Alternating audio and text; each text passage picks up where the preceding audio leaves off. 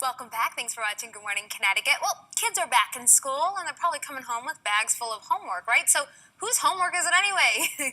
Explaining what we should be doing with our children's homework and how much we should really have is Dr. Amy Alamar from Avon. Thank you so much for being here today. Thanks for having me. So when it comes to homework, I know parents, it's difficult to resist the urge because you want to help them, you want them to do well, but how much is too much is really the question.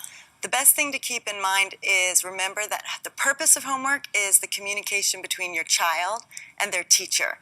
So really you don't have a major role in it. You're supporting the homework, you're making sure there's a place for them to do the homework, they have the materials to do it, and if they need some added support, but it's them doing the homework because it's their communication back to the teacher. But what if they have that project due the next day and it's a diorama and they have to get all those pieces, and what if we don't want them to fail?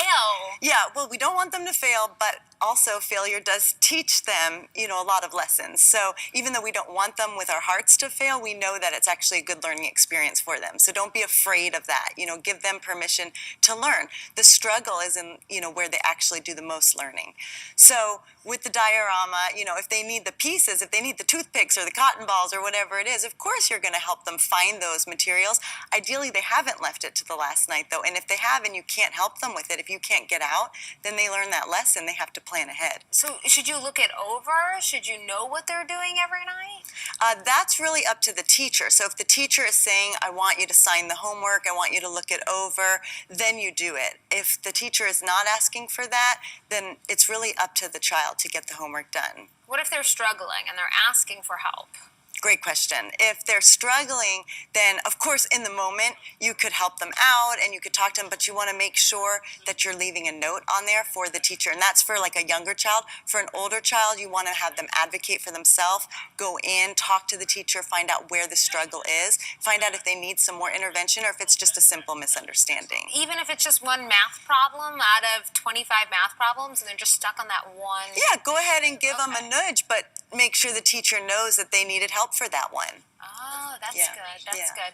So how much, in terms of talking with their teacher about the homework as well, should you get involved in that at all, or should you make sure that the student is the one that's really talking to the teacher? Whenever you can, you want your child to be their own advocate. So you want to encourage them, even role play with them at home. What are you going to ask your teacher? What are you going to say to your teacher? An advocate. If they can't, then you absolutely need to step in because this is where we model for them. How about peer help? Is that okay? Having a friend come over who's also in the class and the two of them work on the stuff together? That's great because you want them to learn how to reach out for support beyond you. Okay, so as long as it's not you, but if it's somebody else at school that's coming to the house to help, that's okay.